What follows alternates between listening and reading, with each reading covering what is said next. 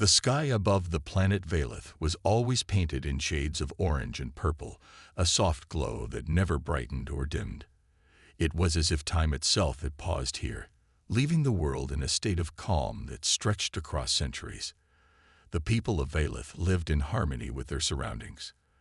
They built their homes among trees with shimmering leaves and near rivers that sparkled like liquid gold. Their lives were simple, peaceful, and deeply connected to nature. For as long as anyone could remember, there had been no wars, no battles, and no enemies. Conflict was something they only heard about in old stories told by elders. Kale was different from most of his people. While others found joy in farming, crafting, or tending to their communities, Kale spent his days staring at the stars. He was fascinated by the vastness of space and the mysteries it held. Every night, he climbed to the top of a hill just outside his village, carrying a small telescope he had built himself. Through it, he studied distant planets, swirling nebulae, and the occasional streak of a comet. His friends often teased him, saying he cared more about what was far away than what was right in front of him. But Kale didn't mind. He felt drawn to the unknown, as though it held answers to questions he hadn't yet asked. Lyra, on the other hand, was well-liked by everyone. She had a gift for understanding others, for seeing the emotions hidden beneath their words. When disagreements arose between families or clans, Lyra was the one they turned to. Her gentle voice and thoughtful advice always helped bring peace. Though she sometimes worried about Cal's obsession with the stars, she admired his curiosity. She often joined him on the hill, sitting quietly while he adjusted his telescope and scribbled notes in a worn notebook. One evening, as the two of them sat together under the glowing sky, Kale suddenly froze. His hands hovered over his telescope, trembling slightly. "Lyra," he said, his voice low and urgent. "Look at this." Lyra leaned forward, peering through the lens. At first, she saw nothing unusual, just the usual scattering of stars and faint clouds of dust. Then she noticed it, a tiny dot moving steadily across the field of view. It wasn't like anything they had seen before. Stars didn't move like that. "What is it?" Lyra asked, her brow furrowing. "I don't know," Kale replied, his eyes wide with both excitement and worry. "It's not natural. Whatever it is, it's coming closer." Over the next few days, Kale couldn't stop thinking about the strange object. He spent hours tracking its path, calculating its speed and trajectory. Slowly, he came to a startling conclusion. It was heading straight for Valeth. News of his discovery spread quickly through the village, causing whispers of unease. Some dismissed it as a harmless asteroid or a wandering moon. Others weren't so sure. The idea of something unfamiliar entering their peaceful world filled them with a quiet dread. When Kel shared his findings with the Council of Elders, the room fell silent. No one knew what to say. For generations, the Valethians had believed themselves alone in the universe. Now, faced with the possibility of visitors or intruders, they felt unprepared. Lyra watched as fear crept into their expressions. She realized that their peaceful way of life might be about to change forever. As the days passed, the object grew larger in the sky, becoming visible even without a telescope. It was massive, dark, and bristling with strange shapes that gleamed in the twilight. The Valethians gathered in fields and squares, staring up at it with a mixture of awe and terror. Kale kept his telescope trained on it, trying to learn more. Lyra stayed by his side, offering comfort when his hands shook or his voice faltered. Together, they waited, unsure of what would happen next, but certain that their world would never be the same again. The object loomed larger in the sky with each passing hour, its shadow stretching across the land like a silent warning. The people of Valeth gathered in groups, their voices hushed as they tried to make sense of what they were seeing. Some prayed to the spirits of their ancestors, hoping for guidance. Others prepared makeshift shelters, fearing the worst. Kale and Lyra stood together on the hill where it all began, watching as the massive shape slowed its descent and settled into orbit above their planet. It wasn't an asteroid or a wandering moon. It was something far more complex, something built by hands that were not their own. On board the warship, Captain Ryan Dawson moved through the corridors with steady steps. He had seen many strange worlds during his years of service, but this one felt different. The planet below shimmered with colors he had never encountered before, and its atmosphere seemed almost alive. His crew worked tirelessly around him, running scans and analyzing data. Lieutenant Ava Monroe approached him with a tablet in hand, her expression serious. "Sir," she said, "initial readings show signs of intelligent life. They're advanced, but not nearly as much as us." Ryan nodded, his mind racing. Humanity's journey to this point had been desperate. Earth was dying, its oceans drying up, its air thick with toxins. The warship carried thousands of survivors, people who had left behind everything they knew in search of a new home. But resources were scarce, and every decision came with risks. "Do we know if they're hostile?" he asked, though he already suspected the answer. "No clear signs yet," Ava replied. "But we can't assume anything. We've seen how quickly misunderstandings can turn deadly." Ryan agreed. He called a meeting with his senior officers, gathering them in the ship's command center. Chief Engineer Lucas Blake spoke first, his voice calm but firm. "We need to be careful," he said. "If these aliens have lived here peacefully for centuries, they might not take kindly to our arrival." Security Officer Daniel Hayes leaned forward, his arms crossed. "Peaceful or not, we can't afford to be weak. If they see us as a threat, we need to be ready to act." His word hung heavy in the air, a reminder of the fragile balance they faced. Back on Valeth, Kale and Lyra worked tirelessly to prepare for contact. Using old machines salvaged from their ancestors, they'd managed to send a simple message into space. "We mean no harm. Who are you?" The signal traveled silently, invisible to the naked eye. Hours passed before they received a reply, a series of tones and patterns that neither of them could fully understand.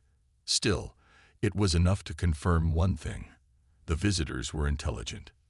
The next day, the warship sent down a smaller vessel, sleek and metallic, unlike anything the Valethians had ever seen. It landed near the edge of a crystalline forest, its surface gleaming under the twilight sky. A group of humans emerged, clad in uniforms that marked them as soldiers. Ryan and Ava led the way, their movements cautious but deliberate. They were greeted by Kale and Lyra, who stood with a small delegation of their people. The two groups faced each other, separated by a gap of uncertainty. Ryan raised a hand in what he hoped was a universal gesture of peace. "We come in peace," he said, his voice amplified through a translator device. "We mean no harm." Kale stepped forward, his heart pounding. Through the translator, he responded, "We welcome you. But why are you here?"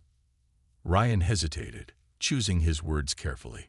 "Our world is dying.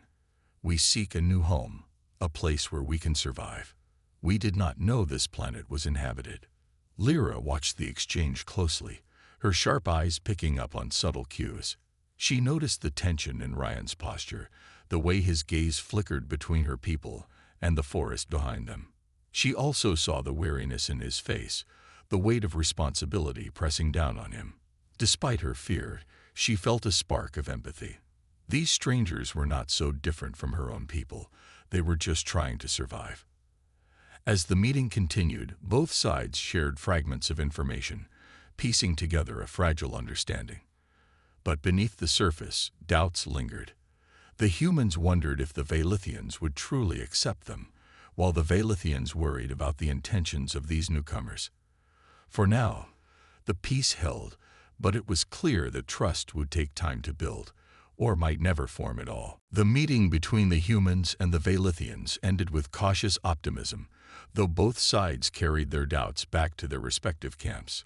Kale and Lyra returned to their village, where a crowd of anxious faces awaited them. The villagers pressed in, asking questions faster than Kale could answer. "What are they like?" one man asked. "Do they mean us harm?" another demanded. Kale raised his hands to quiet them, his voice steady despite the unease in his chest. "They say they come in peace," he explained. "Their world is dying, and they need a new home." Lyra added, her tone gentle but firm, "We must be careful. They are not like us, and we do not yet know their true intentions, but we cannot let fear rule us." Her words brought a measure of calm, though the tension remained. That night, as the villagers gathered around fires, whispers of mistrust spread like smoke on the wind. Some argued that the humans should be welcomed, while others believed the strangers would only bring trouble.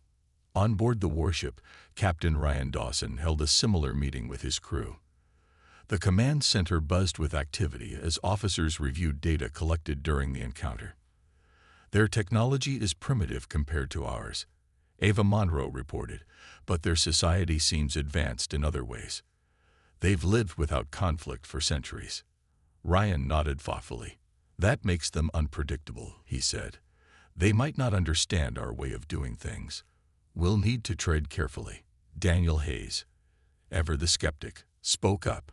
"Careful won't save us if they turn hostile. We should secure resources now while we have the advantage." His words sparked murmurs of agreement among some of the crew, but Lucas Blake shook his head.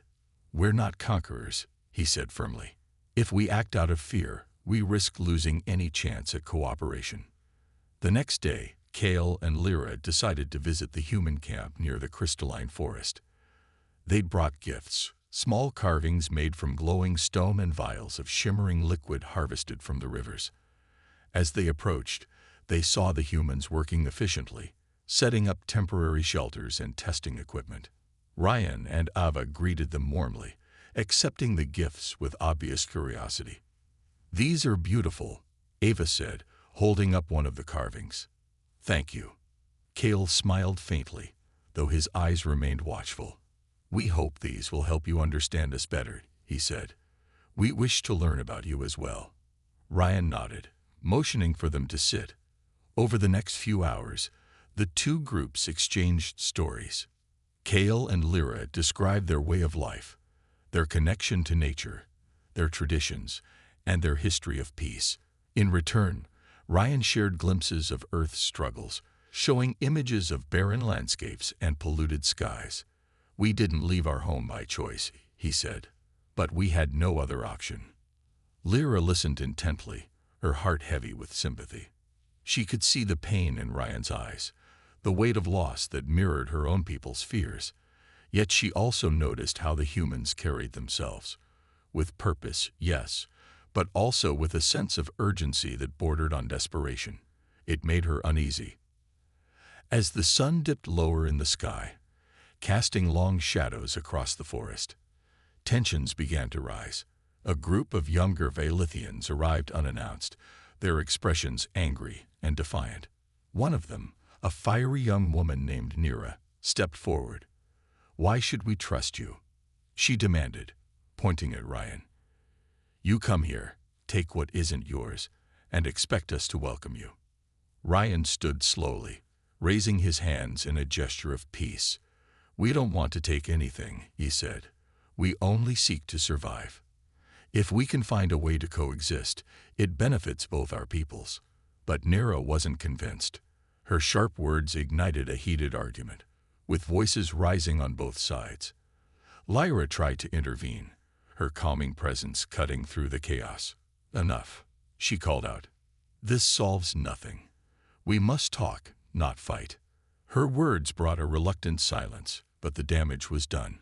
As Kale and Lyra led their people away, they could feel the fragile bond between the two groups beginning to fray. Back at the village, Kale stared into the fire, his mind racing. "What if they're lying?" he asked quietly. "What if they plan to take everything once they've learned enough?" Lyra didn't answer right away. She gazed at the stars, wondering if their peaceful world was truly ready for the challenges ahead. For the first time in her life, she felt the shadow of uncertainty creep over her heart. The days that followed were tense and uneasy. Trust, fragile as it was, began to crack under the weight of suspicion. The humans continued their work near the crystalline forest, setting up equipment to analyze the planet's resources. Captain Ryan Dawson pushed his crew to gather data quickly, knowing time was not on their side. But every action they took seemed to deepen the divide. To the Valethians watching from a distance, the humans appeared greedy, their machines digging into the earth and disrupting the natural balance. Nira, the fiery young woman who had confronted Ryan, became a voice of defiance among her people. She argued that the humans could not be trusted and urged the villagers to prepare for the worst. Kale tried to reason with her, but even he found it hard to ignore the growing evidence. One morning, he spotted a human drone hovering over a sacred grove, its cameras scanning the area. The grove was a place of deep spiritual significance to the Valethians, a sanctuary where no one dared to tread without permission. Cal's heart sank as he watched the drone move closer, its mechanical whirring breaking the stillness. He hurried to find Lyra, his steps quick and urgent. "They're disrespecting our most sacred places," he said, his voice trembling with anger. "How can we trust them if they don't respect what matters to us?" Lyra listened quietly, her expression troubled. She wanted to believe in peace, but she couldn't deny the truth of Cal's words. Together, they decided to confront Ryan once more. When they arrived at the human camp, they found him speaking with Ava Monroe. Both looked tired, their faces lined with stress. "We need to talk," Lyra said firmly. Ryan nodded, motioning for them to sit. Cal didn't waste time. "Why are your machines in our sacred grove?" he demanded. "That place is holy to us. You have no right to go there." Ryan frowned, clearly surprised. "I wasn't aware of its importance," he admitted. "Our drones are programmed to scan areas for resources. We didn't mean any disrespect." His apology sounded sincere, but Cal wasn't convinced. "You should have asked us first," he said. "Instead, you act like this world belongs to you." The argument grew heated, with both sides struggling to see the other's perspective. Lyra tried to mediate, her calm voice cutting through the tension. "This isn't helping," she said. "If we keep accusing each other, we'll only push further apart." Her words brought a reluctant pause, but the damage was done. As Cal and Lyra left the camp, they could feel the gap widening between their people and the humans. Back at the village, whispers of rebellion spread like wildfire. Some Valethians began digging up old technology left behind by their ancestors, weapons designed for defense, but long forgotten in their peaceful society. Nira led the charge, training volunteers in secret. "If they won't respect us, we'll make them," she declared. Cal opposed her plans, arguing that violence would only lead to more suffering. "We've lived without war for centuries," he said. "Are we really willing to throw that away?" But Nira's influence was strong, and many agreed with her. Even some of the elders, who had always preached peace, began to waver. Lyra watched the division grow, her heart heavy with worry.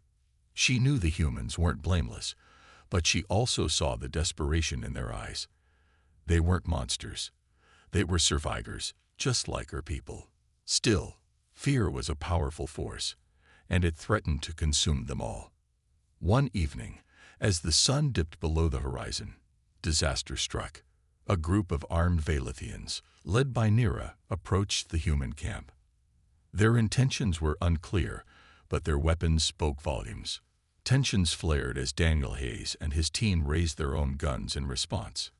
"Stand down," Daniel shouted, his voice sharp with authority. But Nira refused to back down. "Leave our land," she demanded, her voice steady despite the danger. For a moment, it seemed like violence was inevitable. Then, unexpectedly, Ava stepped forward, her hands raised in a gesture of peace. "Please," she said, her voice calm but urgent. "We don't want to fight. Let's talk." Her words broke the spell, and after a long, tense silence, Nira lowered her weapon. The standoff ended without bloodshed, but the air was thick with hostility. As the Valethians retreated, Lyra turned to Cal, her eyes filled with dread. "This is only the beginning," she whispered. And deep down, they both knew she was right. The days that followed were tense and uneasy. Trust, fragile as it was, began to crack under the weight of suspicion. The humans continued their work near the crystalline forest, setting up equipment to analyze the planet's resources. Captain Ryan Dawson pushed his crew to gather data quickly, knowing time was not on their side. But every action they took seemed to deepen the divide. To the Vailithians watching from a distance, the humans appeared greedy, their machines digging into the earth and disrupting the natural balance. Nira, the fiery young woman who had confronted Ryan, became a voice of defiance among her people. She argued that the humans could not be trusted and urged the villagers to prepare for the worst. Kale tried to reason with her, but even he found it hard to ignore the growing evidence. One morning, he spotted a human drone hovering over a sacred grove, its cameras scanning the area. The grove was a place of deep spiritual significance to the Vailithians, a sanctuary where no one dared to tread without permission. Cal's heart sank as he watched the drone move closer, its mechanical whirring breaking the stillness. He hurried to find Lyra, his steps quick and urgent. "They're disrespecting our most sacred places," he said, his voice trembling with anger. "How can we trust them if they don't respect what matters to us?" Lyra listened quietly, her expression troubled. She wanted to believe in peace, but she couldn't deny the truth of Cal's words. Together, they decided to confront Ryan once more. When they arrived at the human camp, they found him speaking with Ava Monroe. Both looked tired, their faces lined with stress. "We need to talk," Lyra said firmly. Ryan nodded, motioning for them to sit. Cal didn't waste time. "Why are your machines in our sacred grove?" he demanded. "That place is holy to us. You have no right to go there." Ryan frowned, clearly surprised. "I wasn't aware of its importance," he admitted. "Our drones are programmed to scan areas for resources. We didn't mean any disrespect." His apology sounded sincere, but Cal wasn't convinced. "You should have asked us first," he said. "Instead, you act like this world belongs to you." The argument grew heated, with both sides struggling to see the other's perspective. Lyra tried to mediate, her calm voice cutting through the tension. "This isn't helping," she said. "If we keep accusing each other, we'll only push further apart." Her words brought a reluctant pause, but the damage was done. As Cal and Lyra left the camp, they could feel the gap widening between their people and the humans. Back at the village, whispers of rebellion spread like wildfire. Some Vailithians began digging up old technology left behind by their ancestors, weapons designed for defense but long forgotten in their peaceful society. Nira led the charge, training volunteers in secret. "If they won't respect us, we'll make them," she declared. Cal opposed her plans, arguing that violence would only lead to more suffering. "We've lived without war for centuries," he said. "Are we really willing to throw that away?" But Nira's influence was strong, and many agreed with her. Even some of the elders, who had always preached peace, began to waver. Lyra watched the division grow, her heart heavy with worry. She knew the humans weren't blameless, but she also saw the desperation in their eyes. They weren't monsters. They were survivors, just like her people. Still, fear was a powerful force, and it threatened to consume them all. One evening, as the sun dipped below the horizon, disaster struck. A group of armed Vailithians, led by Nira, approached the human camp. Their intentions were unclear, but their weapons spoke volumes. Tensions flared as Daniel Hayes and his team raised their own guns in response. "Stand down," Daniel shouted, his voice sharp with authority. But Nira refused to back down. "Leave our land," she demanded, her voice steady despite the danger. For a moment, it seemed like violence was inevitable. Then, unexpectedly, Ava stepped forward, her hands raised in a gesture of peace. "Please," she said, her voice calm but urgent. "We don't want to fight. Let's talk." Her words broke the spell, and after a long, tense silence, Nira lowered her weapon. The standoff ended without bloodshed, but the air was thick with hostility. As the Vailithians retreated, Lyra turned to Cal, her eyes filled with dread. "This is only the beginning," she whispered. And deep down, they both knew she was right. The journey to the human warship was unlike anything Kale and Lyra had ever experienced. They boarded a small shuttle with Ryan and Ava, their hearts pounding as they left the ground behind. The shuttle rose smoothly into the sky, giving them a breathtaking view of Valeth from above. Kale stared out the window, his eyes wide with wonder. He had spent so many nights dreaming of the stars, but seeing his world from this height made him feel both small and significant. Lyra, however, kept her gaze fixed on Ryan and Ava, studying their expressions.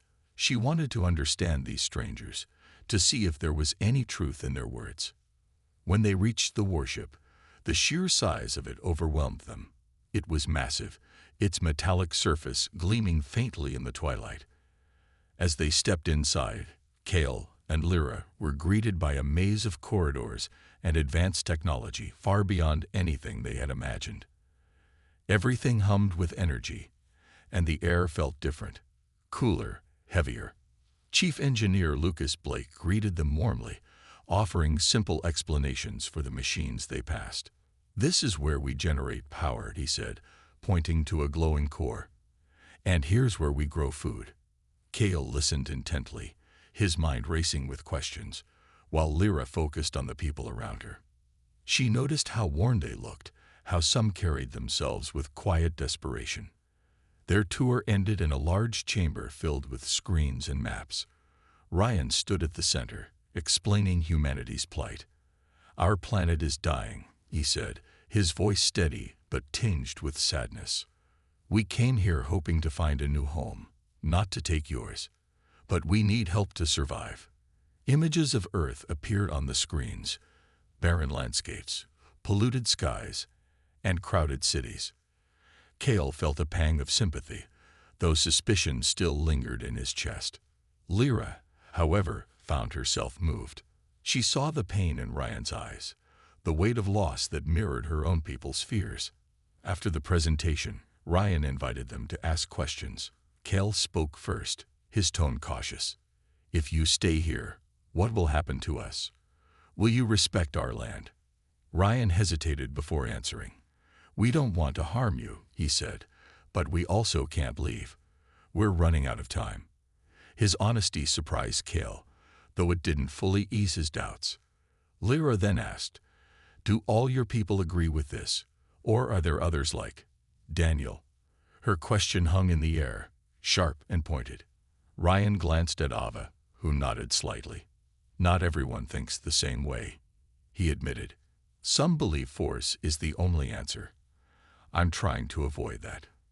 As the conversation continued, barriers began to break down. Kale shared stories of Valeth's history, describing how their ancestors had once faced hardship but chose peace over conflict. Ryan listened intently, nodding along. "You've built something amazing here," he said. "I wish more of my people could see it." By the time they returned to the surface, Kale and Lyra felt a flicker of hope. They shared what they had seen and heard with their village, urging them to consider cooperation instead of confrontation. Lyra remained skeptical, her anger still burning bright. "How do we know they won't betray us?" she demanded. Lyra met her gaze steadily. "We don't," she admitted, "but fighting will only destroy us. Trust is a risk worth taking." Slowly, opinions began to shift. Even some of Lyra's supporters started to waver, swayed by Kale and Lyra's determination. Back at the human camp, Ryan reported the progress to his crew. "It's not perfect," he said, "but it's a start." Ava smiled faintly. "Sometimes starting is enough." For the first time since the humans' arrival, the air felt lighter, as though a storm had begun to clear. Both sides knew challenges lay ahead, but for now, they had taken a small step toward understanding. Just as the fragile bond between humans and Valethians began to strengthen, an unexpected threat emerged. On board the warship, Lieutenant Ava Monroe noticed something unusual during her routine scans of the surrounding space. At first, it was just a faint blip on the radar, a cluster of small objects moving at high speed. But as she zoomed in, her heart sank. The objects weren't random debris or asteroids. They were ships, dozens of them, heading straight for Valeth.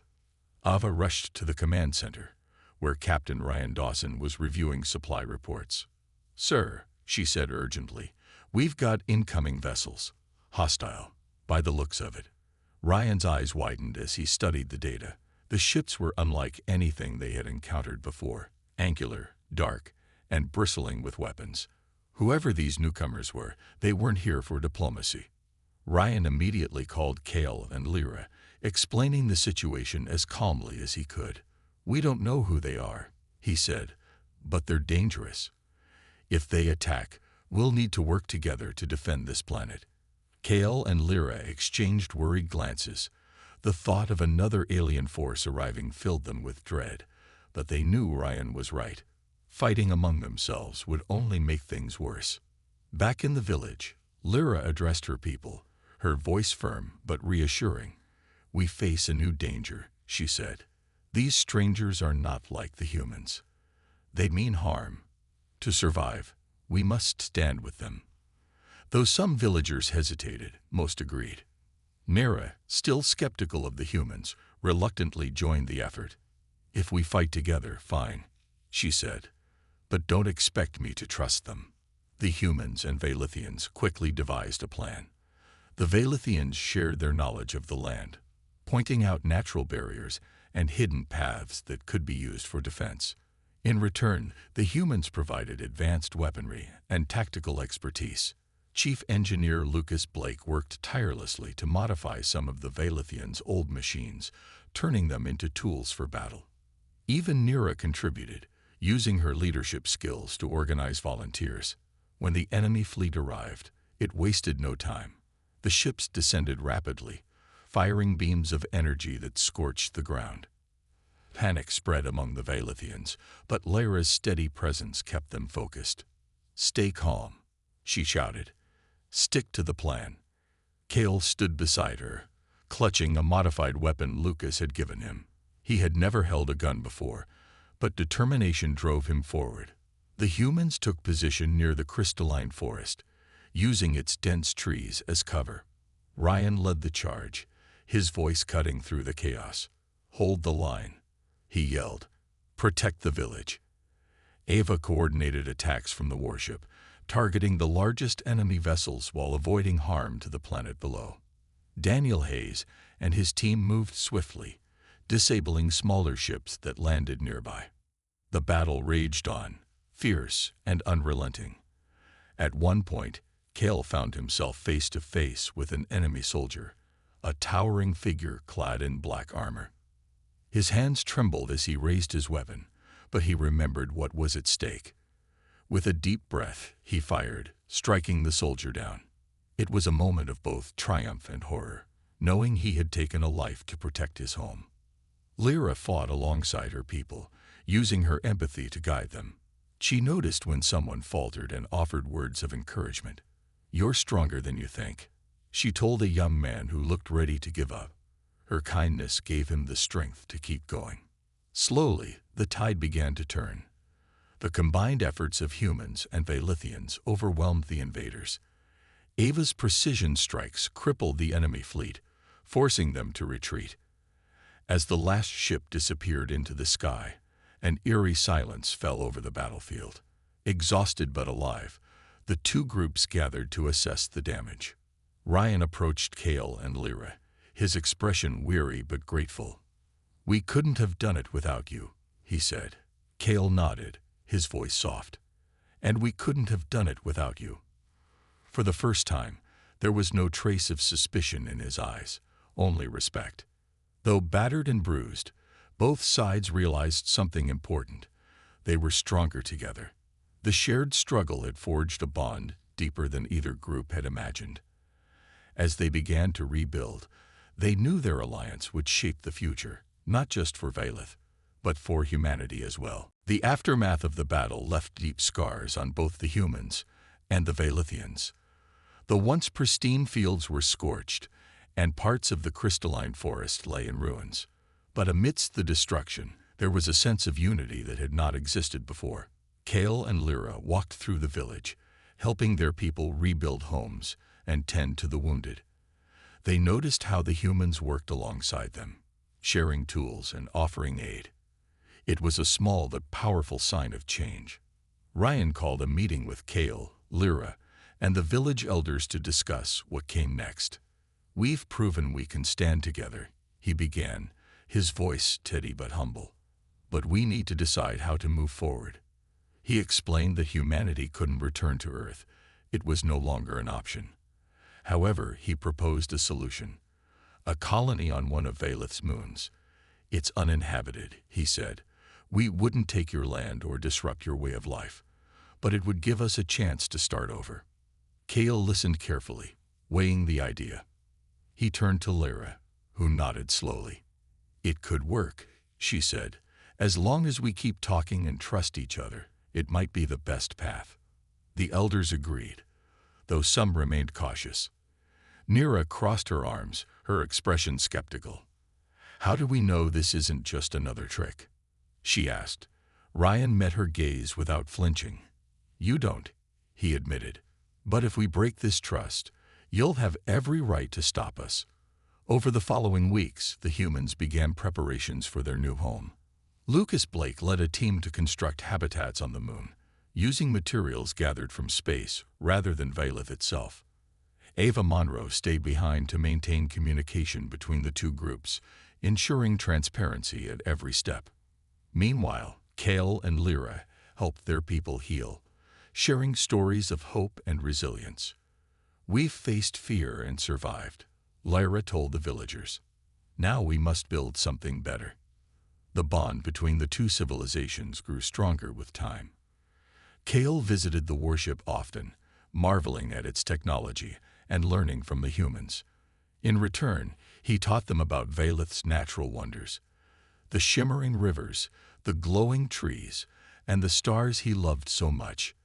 Lyra worked closely with Ava, finding common ground in their shared desire for peace. Together, they organized exchanges where humans and Valethians could learn from one another, fostering understanding and friendship. One evening, as the sky glowed with its usual twilight hues, Kale and Lyra climbed the hill where it all began. They sat quietly, watching the distant moon now lit by human activity. "Do you think this will last?" Kale asked softly. Lyra smiled, her eyes reflecting the light of the stars. "I believe it will," she said. "Not because it's easy, but because we're choosing to make it work."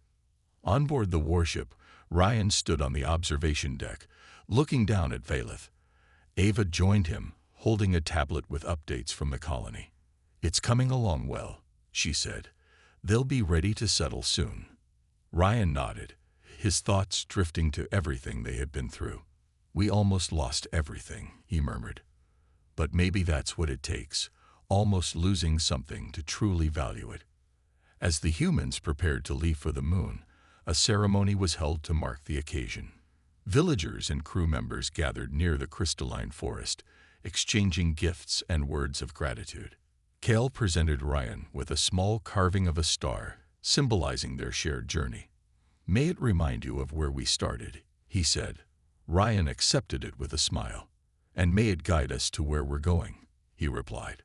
When the warship finally departed, carrying humanity to its new home, Kale and Lyra watched it go with mixed emotions. There was sadness in saying goodbye, but also pride in what they had achieved. They knew challenges lay ahead, but they also knew they had built something rare, a partnership born not out of convenience, but out of mutual respect and sacrifice. Under the glowing sky, the people of Valeth began to heal, their world forever changed by the arrival of strangers who became allies. And far above, on a quiet moon, humanity took its first steps toward a brighter future, guided by the lessons of trust and unity they had learned from the stars. Months passed, and life on Valeth began to settle into a new rhythm. The scars of the battle slowly faded as nature reclaimed the damaged lands. The crystalline forest grew back, its shimmering trees reaching toward the glowing sky once more. In the village, laughter returned, and children played freely again. But the memory of what had happened lingered, not as a burden, but as a reminder of how close they had come to losing everything, and how much they had gained by working together. On the moon, humanity worked tirelessly to build their colony. They called it New Dawn, a name chosen to symbolize hope and renewal. The settlement was modest at first, simple domes made from materials harvested from space, powered by energy drawn from the sun. Inside, people lived in close quarters, sharing meals and stories as they adapted to their new home. Captain Ryan Dawson stayed busy overseeing construction, ensuring that every step respected the agreement they had made with the Valethians. He often reminded his crew, "We're guests here, not conquerors." Back on Valeth, Kale and Lyra kept in regular contact with the humans. Ava Monroe visited the planet frequently, bringing updates and supplies. She and Lyra had grown close, their friendship becoming a bridge between the two worlds. During one visit, Ava shared news of the colony's progress. "We've started growing crops," she said with pride. "It's not much yet, but it's a start." Lyra smiled warmly. "You're learning quickly," she replied. "Soon, you'll have roots here, just like us." Kale, meanwhile, spent hours teaching the humans about the stars. From the warship's observation deck, he pointed out constellations and shared the myths his people had woven around them. The humans listened eagerly, fascinated by the stories. For many, it was their first glimpse into a culture so deeply connected to the universe. One evening, as they gazed at the sky together, Ryan turned to Kale. "You've taught me to see the stars differently," he said. "Before, they were just points of light. Now, they feel alive." The bond between the two civilizations continued to deepen. Trade flourished, with the humans exchanging tools and technology for Valeth's natural resources. Villagers marveled at the devices brought from the colony, while the humans learned to appreciate the beauty of Valeth's landscapes. Nira, who had once been the loudest voice of distrust, even softened over time. She joined a group tasked with maintaining communication between the planet and the moon, finding purpose in her role as a mediator. But peace wasn't without its challenges. Disagreements still arose, especially when misunderstandings occurred. Once, a human mining operation accidentally damaged a sacred site on Valeth. The villagers were furious, and tensions flared. Kale and Lyra rushed to mediate, urging calm while Ryan personally apologized and promised reparations. Together, they worked to repair the damage, turning the incident into an opportunity to strengthen trust. As time went on, both groups began to dream of bigger possibilities. Kale suggested combining human technology with Valethian knowledge to create something entirely new, a way to harness energy without harming the environment. Engineers from New Dawn collaborated with Valethian artisans, blending science and tradition. Their efforts led to innovations that benefited everyone, proving that unity could spark creativity. One day, Lyra stood on the hill where it all began, watching the warship descend once more. This time, it carried not soldiers or supplies, but families, human children eager to meet their Valethian neighbors. As the ship landed, she felt a surge of pride. What had started as fear and mistrust had blossomed into something extraordinary, a partnership built on respect and shared dreams. Kale joined her, his eyes reflecting the glow of the twilight sky. "Do you think we'll ever stop learning from each other?" he asked. Lyra shook her head. "I hope not," she said softly. "That's what makes this special." And so, under the endless glow of Valeth's skies, two very different peoples continued to walk side by side, shaping a future neither could have imagined alone. It was a story of courage, compromise, and connection, a testament to the power of unity in the face of uncertainty.